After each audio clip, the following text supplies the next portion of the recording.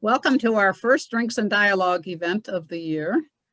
Most people think of the League in connection with voter registration and candidate forums, which are very important, of course, but the League also studies and takes positions on issues such as affordable housing, criminal justice, and climate change.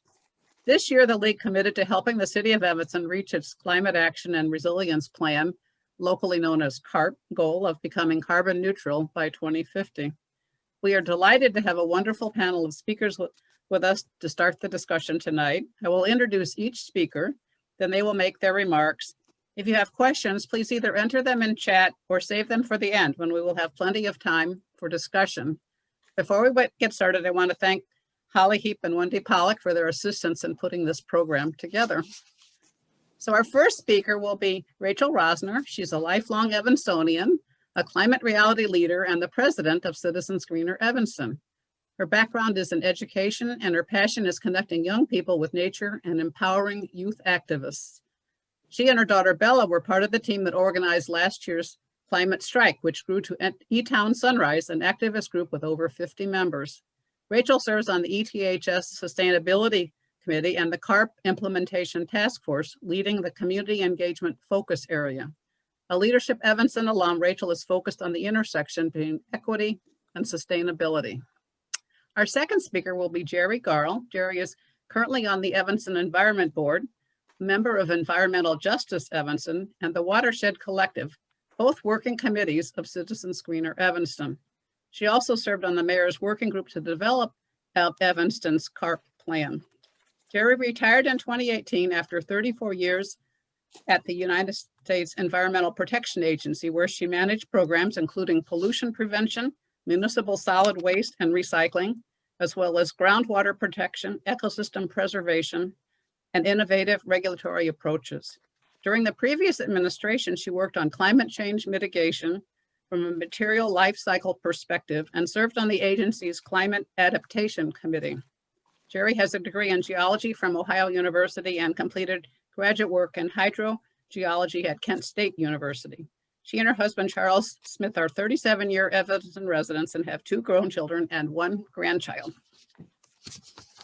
Lauren Marquez-Viso is Vice President of Citizens Greener Evanston and was appointed by the Mayor of the City of Evanston to lead the city's Climate Action and Resilience Plan Working Group 2017 to 2018. She is a trained climate reality leader and passionate about service, civic engagement, and the environment.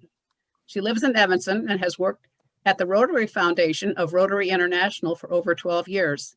Lauren is an avid traveler, photographer, conservationist, volunteer, gardener, and environmental and climate activist. We are thrilled to have all 3 of you here, and we will start with Rachel, please. Thank you. Thank you, Elizabeth. Here we go.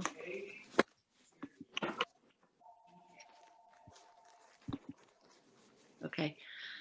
Actually, before I start, I wanted to just take one moment. I've been really fascinated with the work of a psychologist named Renee Lertzman, who's talking about the psychology of climate change and climate action, and really encourages us to notice our feelings around this so that we can do our work. So I just invite you to take a moment to check in with your feelings right now, because I know for me, it can be quite overwhelming, depressing, anxiety producing, and to notice and observe those feelings can kind of free you up to do the work. Another important piece of the psychology, uh-oh, you guys,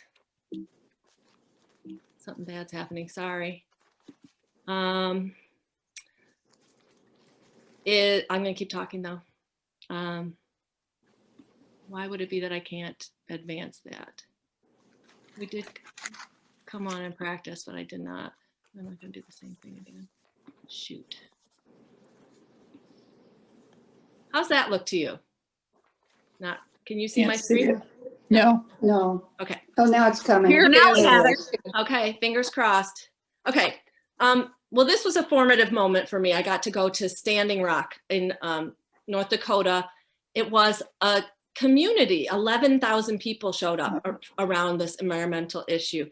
And so thinking about Renee Lertzman and that emotional piece and that need to do this work in relationship and community, that's what brought me to CGE. Our mission at CGE is to make Evanston more environmentally just, sustainable, and resilient community. And we're quite focused on implementing CARP and having an equity lens in all of our work. We do this work by forming alliances with a variety of community organizations, including the League. Advocacy at the city level. I was at City Council last night talking about the budget, and education. We are over 2,700 strong and have been around since 2006. So we're an umbrella group for several committees and organizations that I'm going to be telling you about as we go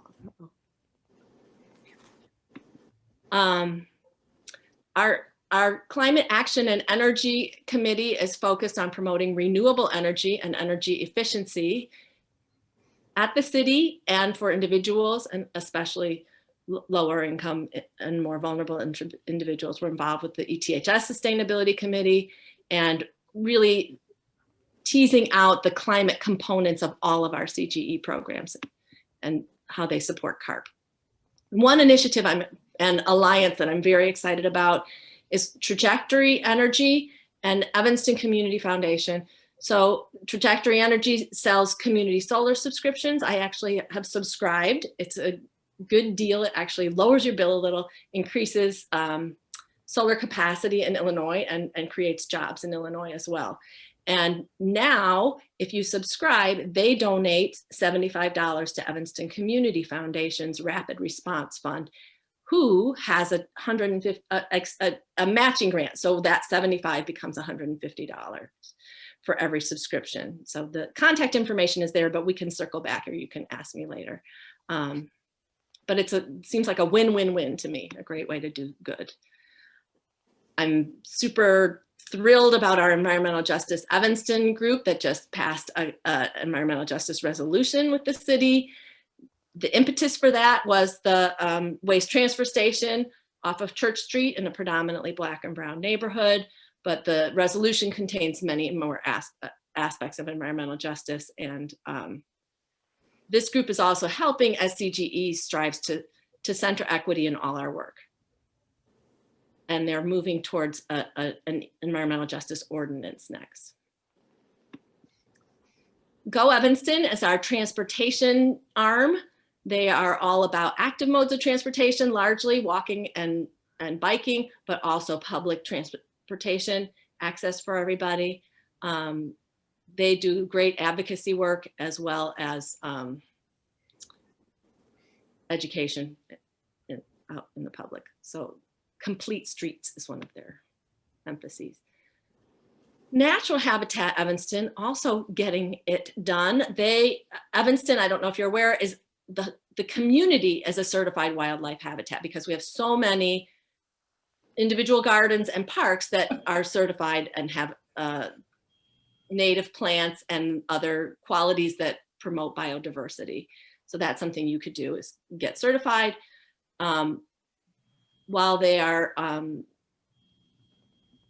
involved in an anti-leaf blower movement, they're increasingly focused on this pollinator pledge. So that just says it's okay for your yard to be a little bit messy and leave the leaves in the fall to promote biodiversity. And then the fund for Evanston trees came from City Council was trying to cut the elm tree inoculation budget.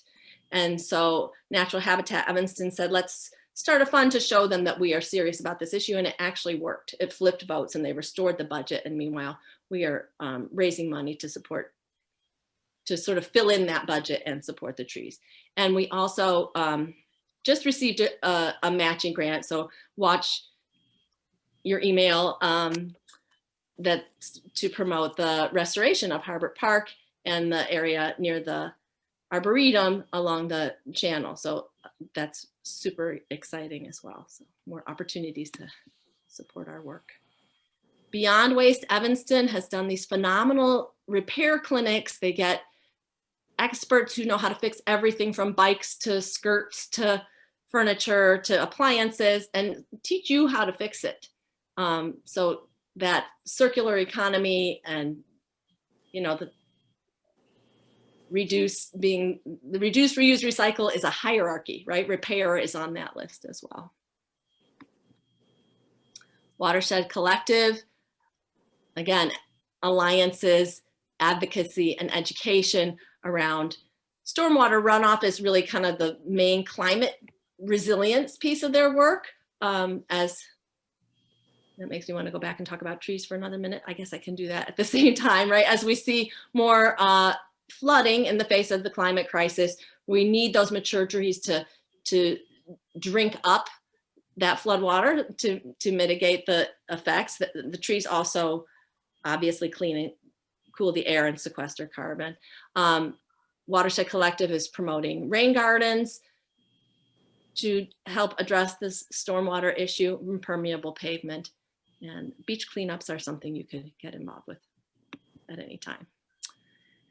Edible Evanston, an amazing wealth of resources around gardening. They've given away over 1,100 pounds of produce this year by setting out coolers in community gardens. So gardeners know that to bring their extra surplus bumper crops, which then get redistributed at food pantries. And so that's phenomenal. If you haven't been to Eggleston Food Forest, it's an education in itself. It's a permaculture system of trees and perennial edibles.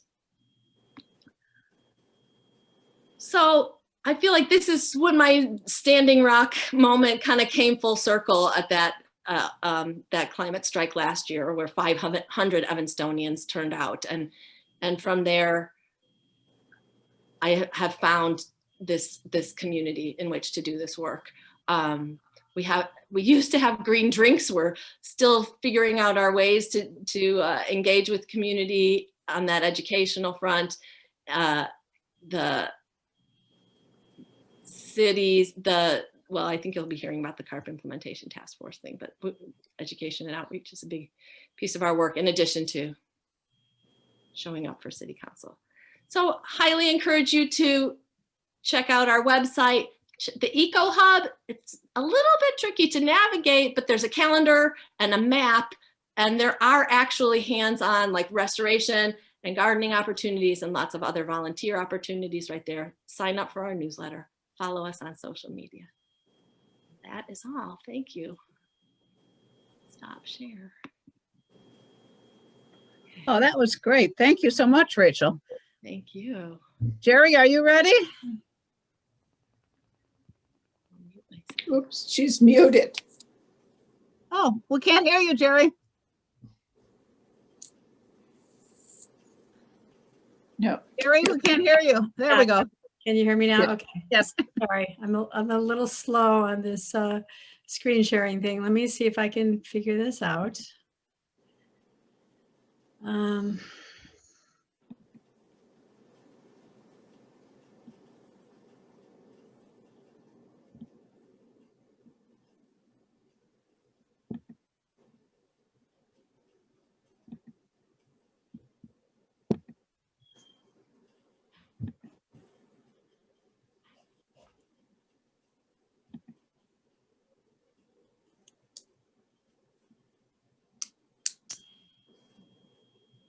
Okay, sorry, this is taking a minute. Rachel, you might want to put some of those addresses that you had on the last screen into chat so people could save them.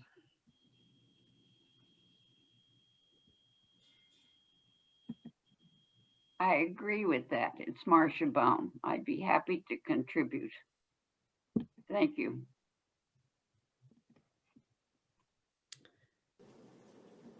Elizabeth, I'm having some difficulty pulling this up, but Is it a PowerPoint, Jerri? it is. Is it in a separate window? Or do you have the application up? I have the application up on my screen, but I've got a pop-up that says, well, it's actually in Keynote, so that may be part of the problem. I don't know. I was going to say, if you had put it as a separate show, it would be a separate screen and you could just display it that way, but Yeah, I yeah, can't. that's what I thought it was actually. Yeah. So, oh man. Jerri, Steve, Jerri, did you click the green share screen button though? I did. Let me try that again. Maybe the screen I'm looking at just says it's asking me to share Keynote, and that's exactly what I'm trying to do. So.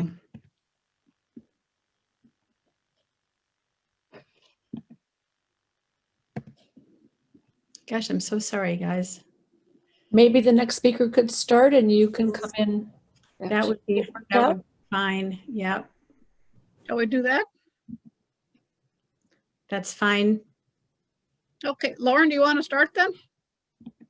Sure. Yeah, I can start. Let's see, but if I share, let's see.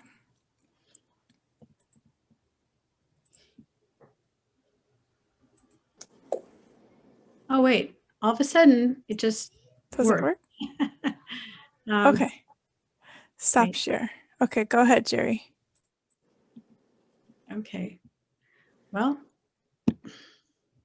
I'm sorry. Go ahead, Lauren. It came up for some reason and all of a sudden it stopped. Oh, well, I shared my screen, so you might have just seen mine. No, it was actually my presentation. Oh, Yeah, that's the funny part. Huh. But go ahead. Let's not keep people waiting.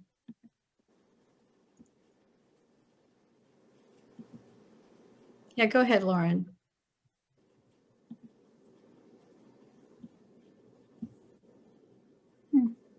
Oh, there we go.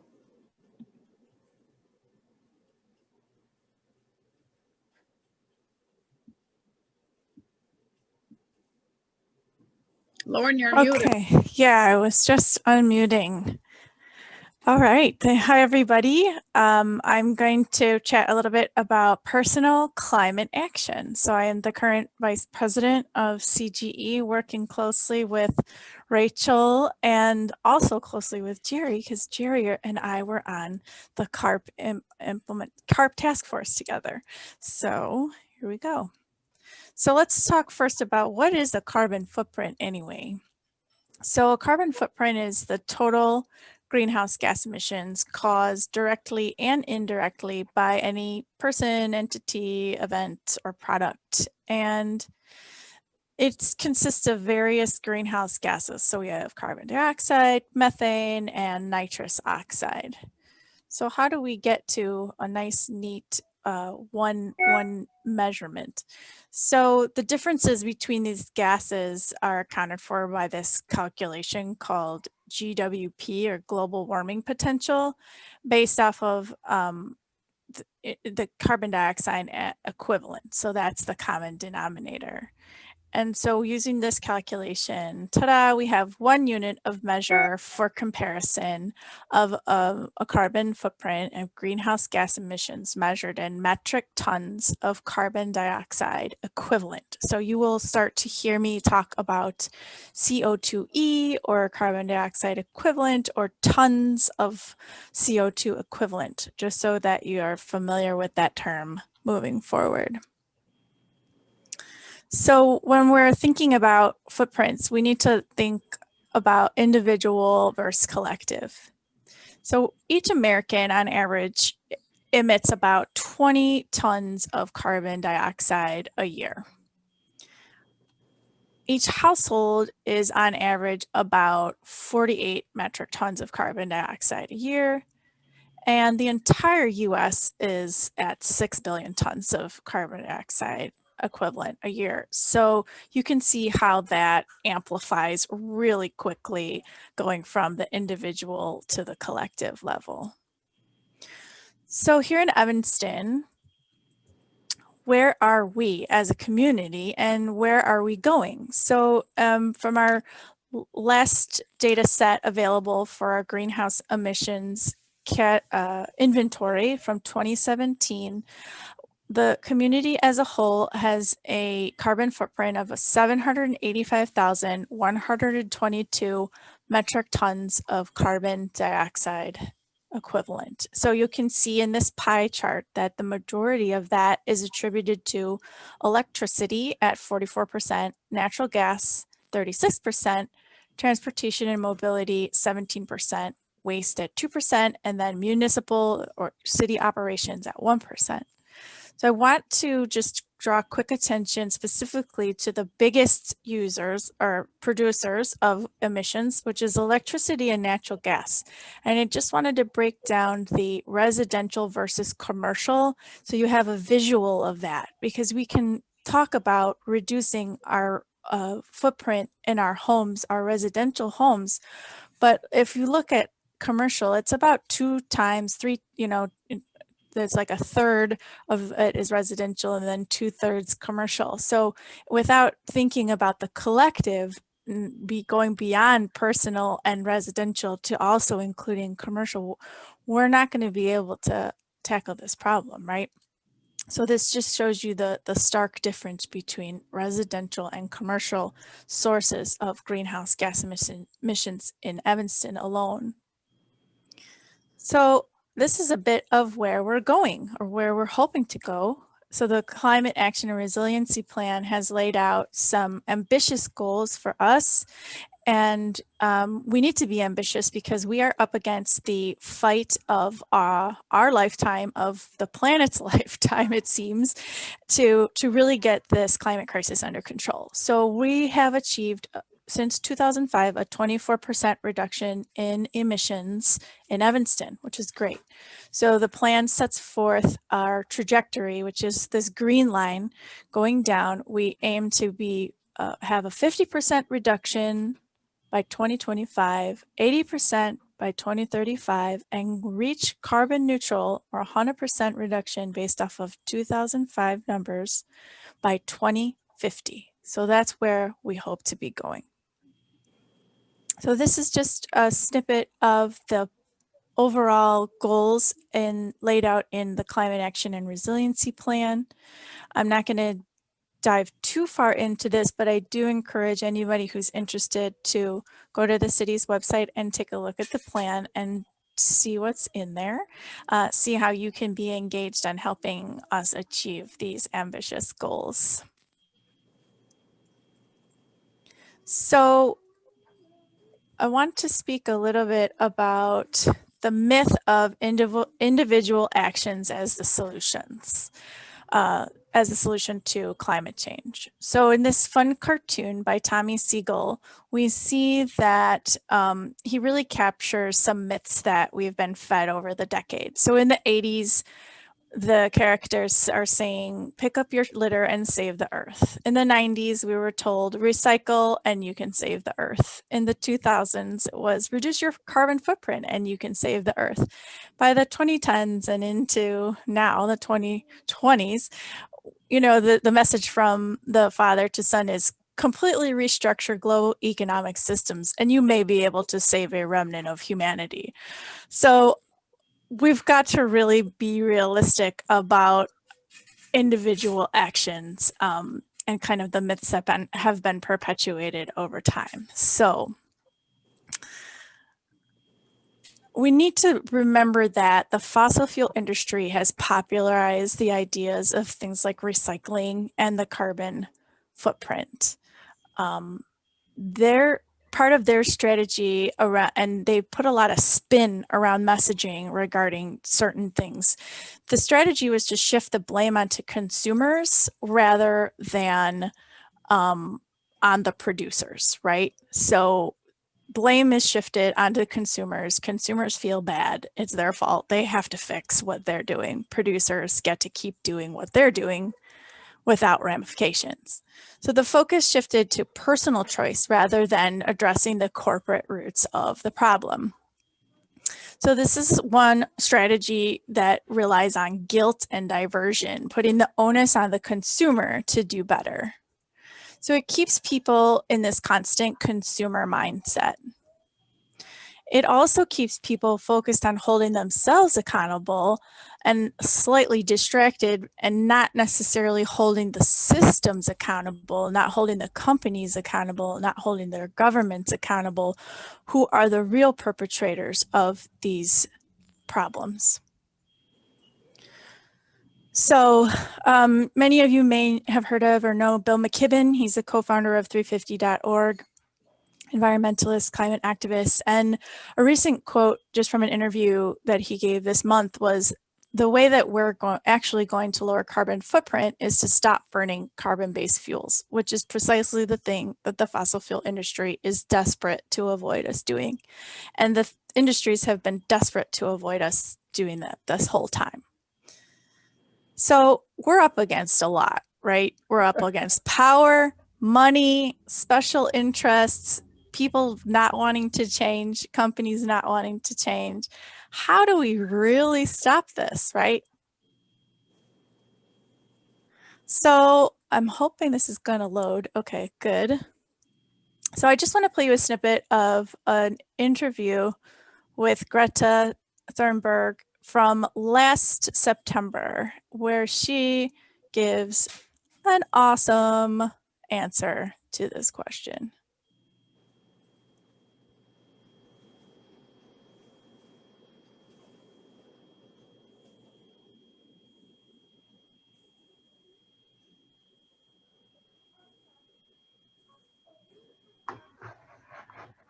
No audio? No. Let's see.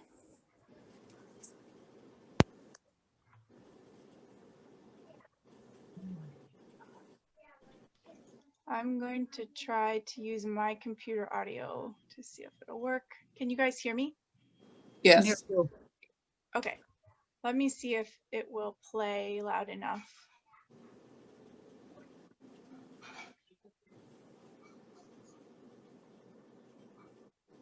Can't hear it? No. No. Sorry. Darn.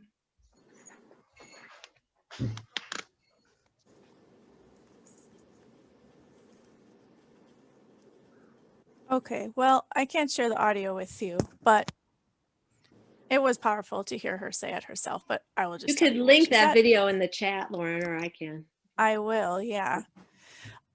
So basically, her main quote that I really find is so powerful is that if I were to choose one thing that everyone would do, it would be to inform yourself and to try to understand the situation and try to push for the political movement that doesn't exist, because the politics needed to fix this doesn't exist today. Use the power of democracy to make our voices heard and to make sure that people in power cannot continue to ignore this. This is the thing. There are solutions. We have the solutions at hand.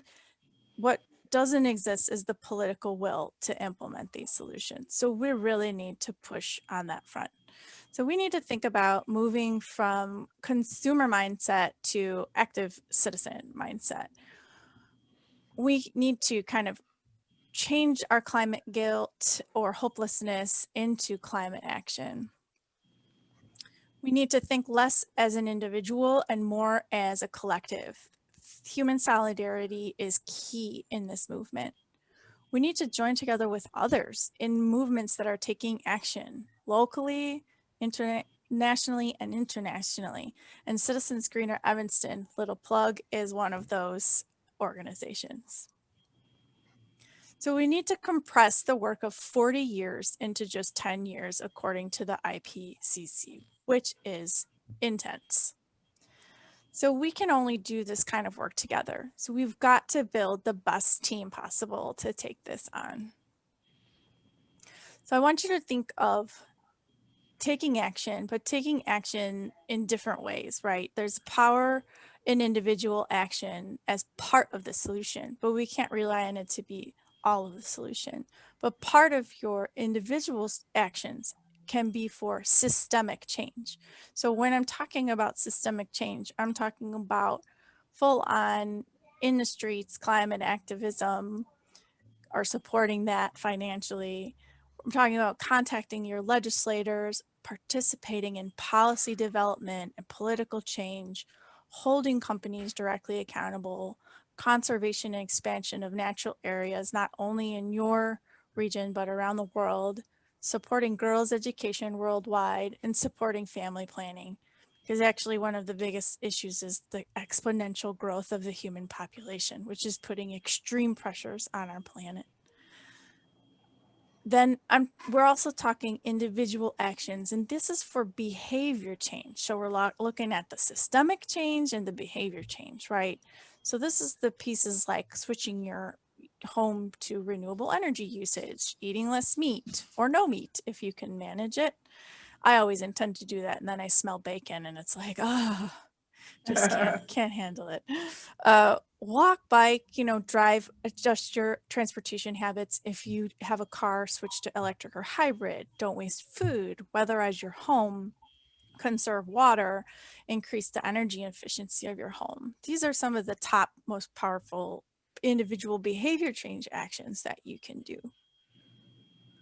So one thing, getting to looking at your household level is actually calculating your own carbon footprint. So I really recommend this tool, the Cool Climate Network, coolclimate.org, to calculate your household's climate footprint and also figure out how to take action to reduce it. It's a very straightforward tool.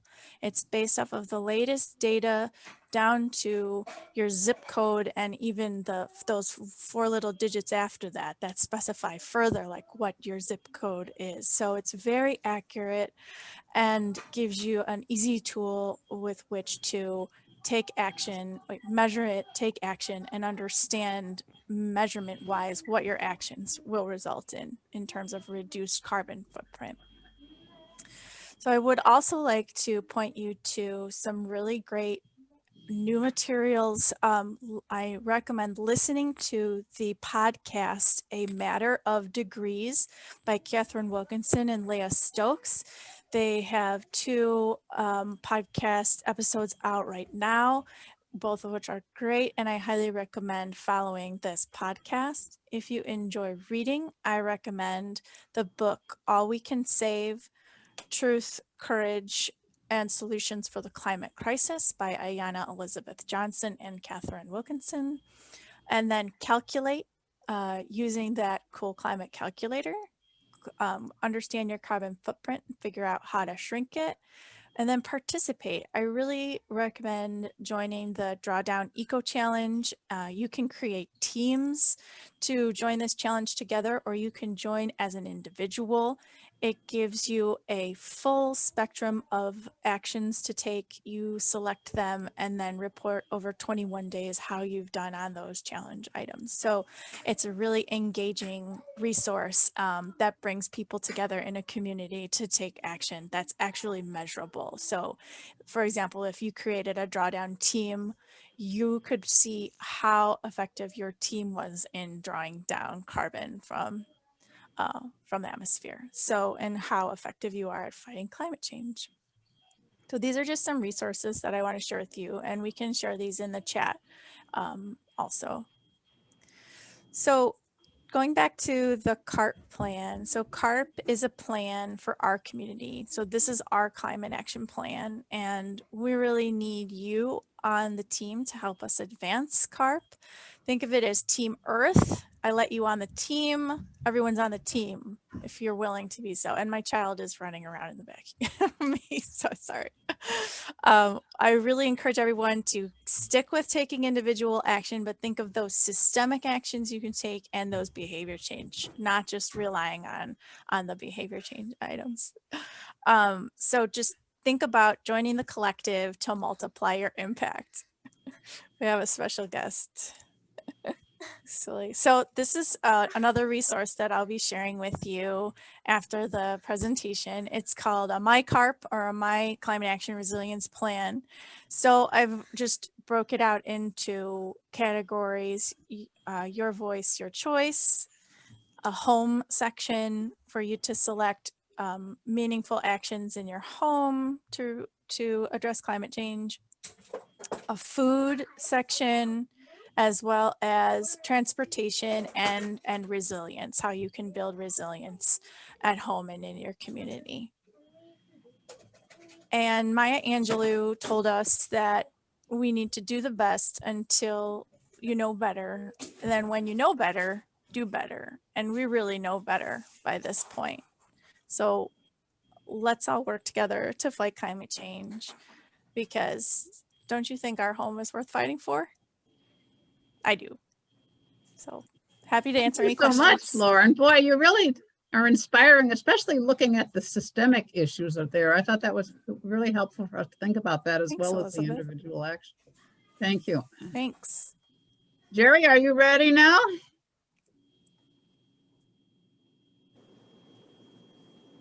See if I can do this.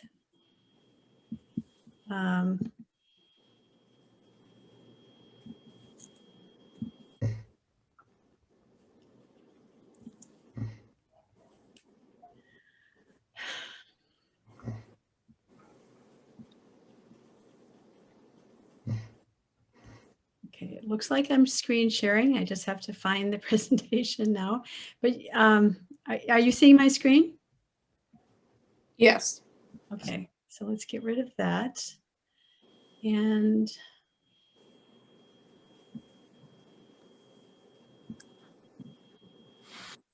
We're seeing your face and your desktop. There's There your it screen. is. Oh, It just you're came right. up, I think. wow, I'm so sorry. Actually, you know, in a way, I'm glad because Lauren's presentation and Rachel's presentation were so inspiring. This is really full of a lot of data and drills down into zero waste. So I'm not even going to pretend to have the inspiration value that you just heard from Lauren, but there's some facts in here that you might be interested in. So I'm just going to go through it. First of all, thank you, Elizabeth and the League of Women Voters of Evanston for inviting me to talk about zero waste. It's my favorite topic. And what I want to do is start out with the CARP. As Lauren said, the goal for zero waste under the Evanston's Climate Action and Resilience Plan is to increase our diversion rate by to 100% by 2050. Now, if you notice on the right-hand side there's a little sliver that looks like greenhouse gas emissions from waste are only 2% of the total. And that's a very misleading number. If you read the small print, which you don't want to do, you'll say, what? Why is it a big deal to worry about zero waste if it's only 2% of the total greenhouse gas emissions? That's just completely wrong. This gives you a better idea of the entire process, talking about a systems approach. If you look at the energy that's expended along the entire life cycle of a process, of a product. So you start with a materials extraction, mining or oil production, and you move through manufacturing, distribution, the whole network of retail and wholesale and delivery that before it even gets to the consumer, and then use and recycling, hopefully, or disposal is in transportation costs in every single phase. It's a tremendous impact on climate change. So it's, don't let anyone tell you it's 2%. This is a better way of looking at it. This came out from EPA about 15 years ago, and they looked at materials management from a systems point of view, looking at the provision of goods and the provision of food. A total of about 42% of all greenhouse gases emissions are linked to the provision of food and the things we consume, the materials, everything from furniture, clothes, electronics. When we reuse and repair our things instead of discarding them to buy new ones, it makes a significant impact across the entire system. So here's a breakdown of what we send to the landfill in Evanston. This was done in a waste characterization study last year. And as you can see, 31% of the stuff we send off to the landfill is food waste. It's just amazing. I'm going to be focusing a lot more on that in a few minutes. According to this waste study, and the Environment Board's Zero Waste Work Group did an analysis of the waste characterization and just took a look at where is this waste coming from. Commercial entities ended up producing most of the waste, and they have only a diversion rate, diverting waste from the landfill, of only 10%. Our total diversion rate, for, if you include recycling and composting together, is only 21%. For a community like Evanston, that's a real shame. The overall average US recycling rate is 35%. It's been that way for about 10 years. It's really leveled out, but we're only at 21. So we've got a lot of work to do. So if we want to reach our goal of zero waste by 2050, we have to cut our landfill waste nearly in half, and at the same time, reduce waste generation. So if you look down at the bottom, there's a picture of our current system, is that cart on the left. Diversion is the blue area in between, and that's going to get us so far. But having a smaller overall cart, the prevention part, is what we really have to tackle. So we need to continue to increase our composting and our recycling. We have to, we need to recycle or compost 25,000 tons of waste every year, increasing from our current level about 92%. But we also must decrease the tonnage of material that we create as well, and send 44% less material to the landfill.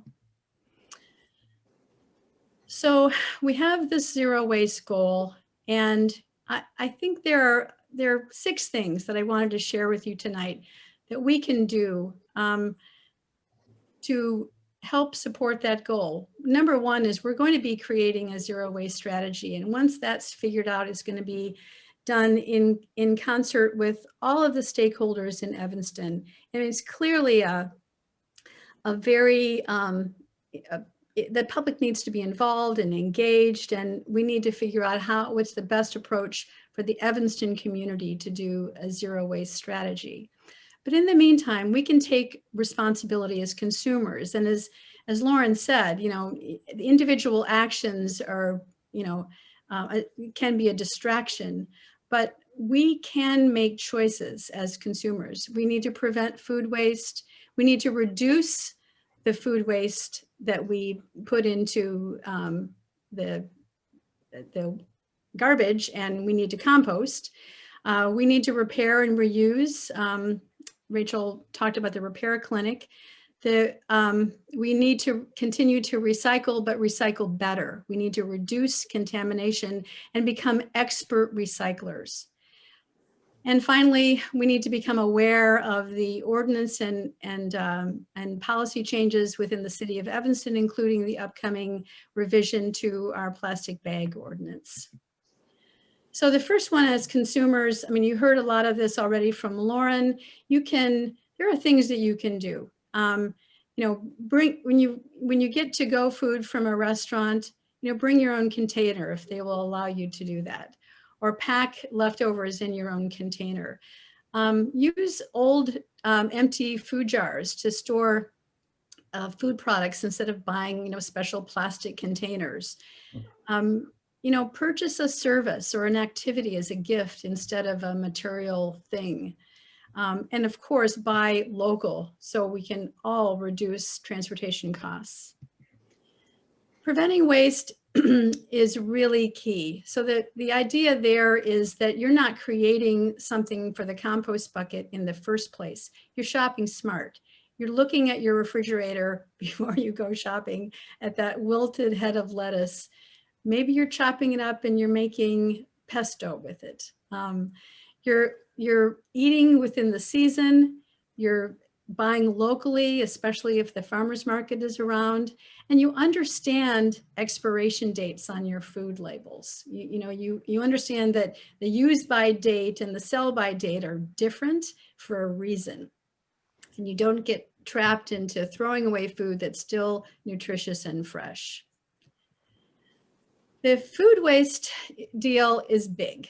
At the retail and consumer levels in the US, the waste is estimated at $161 billion.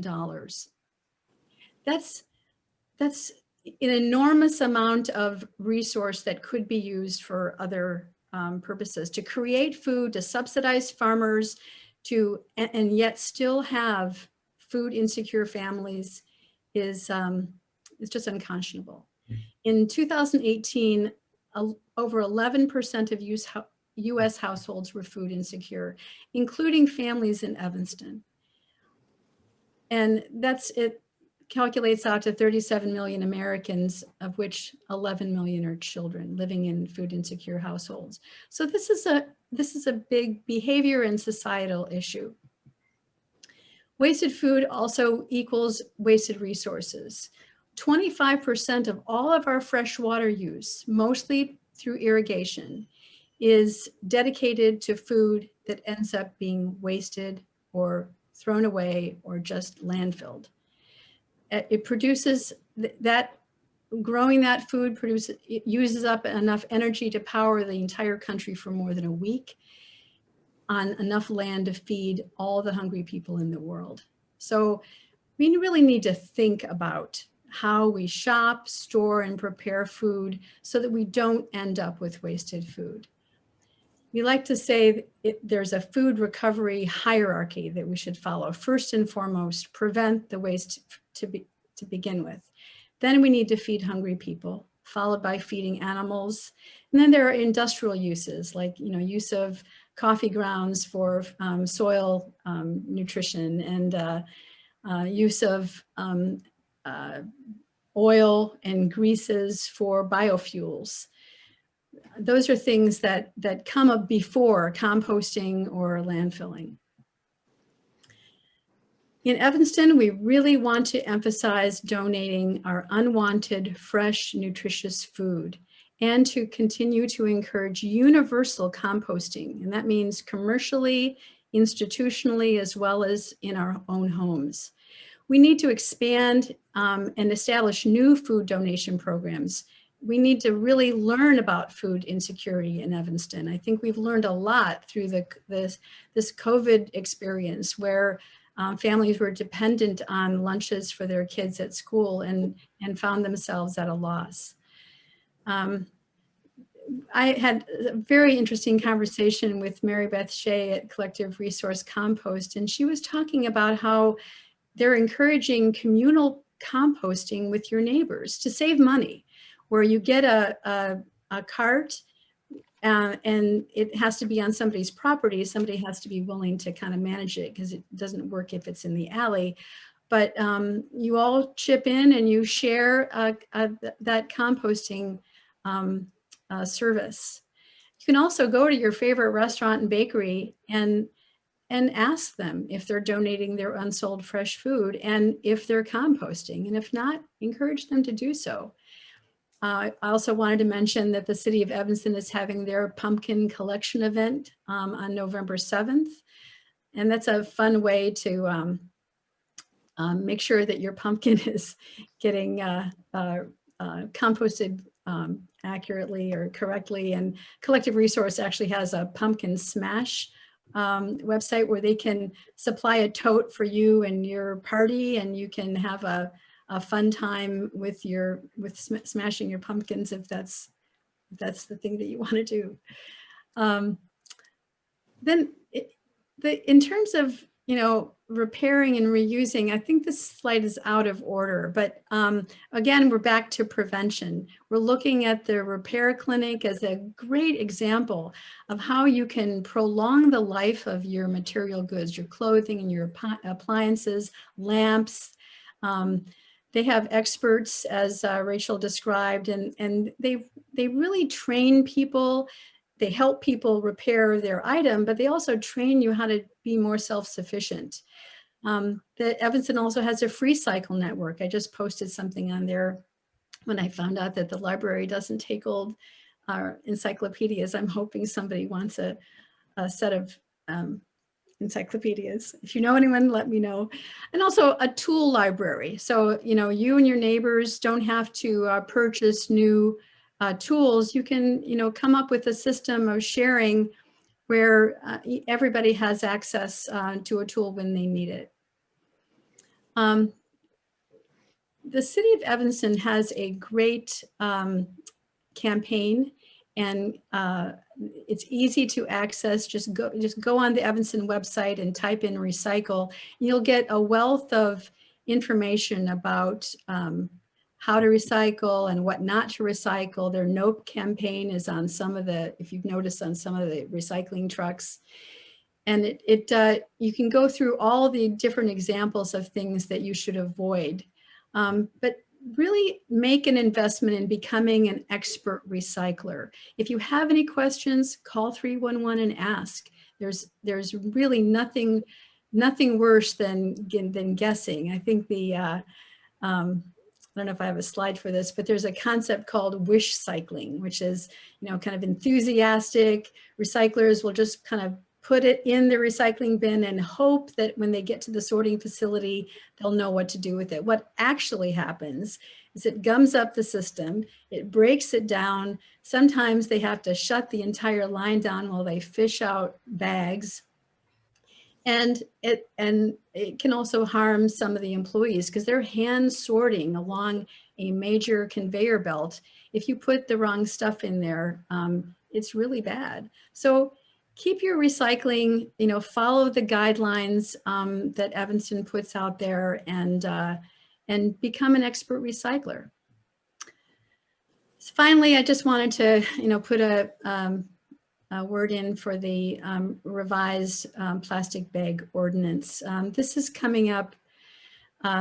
This has been reviewed by the Environment Board, and it will go out for additional input, stakeholder input by I think the Commerce Committee. Let's see if I can figure that. The business districts, the Chamber of Commerce, and individual businesses, the Economic Development Committee are all on track to review this. But right now, what we're looking at is a revision that will fill two major loopholes in the existing plastic bag ordinance that allowed for thicker plastic bags and exempts smaller stores and retail outlets. The new proposal would be that those thicker plastic bags would be banned. It would include all tax-paying businesses, so nobody would be exempt. And the charge would be that if you got another paper checkout bag, you would have to pay a 10-cent fee that would be split between the business, so a small revenue stream for them, as well as the city. If you're on a assistance program like SNAP, you would be exempt from that fee. And it also would require businesses to participate in some kind of public engagement or education on how this is working. So the final idea I wanted to leave with you, and again, I think this is something that Lauren mentioned, looking at circularity. The idea of circularity is where, if you can imagine an Evanston where everything that we purchase, everything that we produce, and all the byproducts that we create are handled according to the principles of highest and best use. So that our people are well fed, our soil and our trees and our native areas are healthy and nourished, and we do not send waste to the landfill. We're resilient because we're taking care of each other. And as has been said multiple times, this is really a group effort. This is an opportunity to really transform the kind of behavior and systems and society that we live in. And I'll just end with this quote I loved from Kumar Jensen, who's our sustainability chief. It's going to take all of us, every single one of us, to make this work. And I agree with the other speakers. It's worth it. That's all I had. Well, great. Thank you so much, Jerri. Now we have a time for some questions. And there was one that came in while you were speaking, and that is, under COVID, grocery stores don't let you bring in your own bags. Is there anything in the works to change that? Not to my knowledge. I know that if you bag, and I've had this experience, if I take my own bag in and I bag my own groceries, But you cannot hand over your bag to a bagger and expect them to put your groceries in it. So that's how I've worked around that problem. But yeah, I agree. It's not the same as it used to be, where you could just hand them your bag. Yeah, Jerry, I can say the same for Valley, Trader Joe's, and Whole Foods. You can do that. You can use your own bags. Laura, you had a question? Well, I was just going to make the comment that early on, it was totally restricted. You could not bring your own bags into most places, but they have now, learned that it's not so dangerous, and you can bring them in. If you bag it yourself, just leave it in your purse or in your cart, and then, or take the stuff to your car and bag it at your car or whatever. You still can do it. I guess my other issue is with the paper bags. I still get newspapers, and I still put my newspapers in paper bags to put into my recycling cart. And I hate to see them totally disappearing. So. Yeah, I'm right with you there. But I've been trying to train myself. The City of Evanston has been very clear that they do not want recyclables bagged. So learning how to use I have a little, cart or container, and hauling that out to the alley in my recycling cart. I just have to get used to it. But yeah, I collect those same bags for the same reason. There was another question, which is, what can be done with imperfect produce? I think Robert Crown has a distribution center, but I'm not sure how that works. I think that might be a reference to there's a company called Imperfect Produce that I'm subscribed to, especially in early COVID days. It was great because they just deliver everything to your door, but it was a little bit plastic heavy. But it's their mission is very much diversion, but you might get some tiny avocados, or it's fun, a little bit iffy, and I can't actually truly speak to the We're having leftovers. success of it. Is anything being done with regard to single-use takeout containers? I believe so. This whole single-use plastic idea, I think we're starting with plastic bags, but I know that it's on the list of, I don't know if Wendy wants to jump in here, but I know that it's on the list of materials that the Zero Waste Work Group is intending to, work on. I think Wendy had to go. Okay. Before COVID, there was Sustain Evanston, which was really a way for restaurants to get certified as meeting certain criteria. Right. Yeah, but that program is inactive now, unfortunately. It's inactive now. What I would love to see is like people, what do they call it? Collective purchasing, right? So that maybe it would get cheaper, because I think that's the obstacle for restaurants with all of this is. Right. Exactly. Yeah. Anybody else have a question? There's one in the chat from Barbara. Yeah, I'm not aware. The grocery stores, there is a program that actually the EPA has funded in the past that supported a recognition program for grocery stores and restaurants who want to enter the food waste challenge, and they can participate by making a commitment to donate their produce that's still good and nutritious. But I think it's a totally voluntary program. You can look it up, the Food Recovery Challenge. It's on EPA's website. Quite frankly, I don't know how well it's supported at the moment, but that's just a recognition program. I think on a local level, I'd like to say each of us have an interest in challenging our local grocery stores and finding out what in fact they're doing. If they're doing it only for recognition, that's, there's a way to do it. But if they want to do it because it's the right thing to do, then maybe some public pressure would be useful. I'll add too that the CARP plan does call for all food producers, food vendors to have this circular solution to food waste. So that is in the plan, and hopefully we'll get there one day. But if you look up the law that Paris has, France, the idea was based off of the law that they follow and require of their grocers and food establishments. There I was will al- say too, Valley has a great discount section on food that's about to expire, produce and things. So There's also a question about the percentage of Evanstonians using collective resource and using green bins. Does anybody know? That information is available. I don't have it at the moment, but I do believe that those are, that is information that's being collected by the city. And I can try to find out, Barbara, if I can get back to you on that one, how many, yeah, we should have that data. And we have another question about what's going to happen with EPA if there's a new administration. How will things get changed back? I know that EPA has lost a lot of incredible employees, including you, Jerri, but is there any thoughts on what could happen if there's a change in administration? Well, as it turns out, the previous EPA administrators have gotten their heads together and put together a plan. Steve Goranson actually might be able to speak about that one.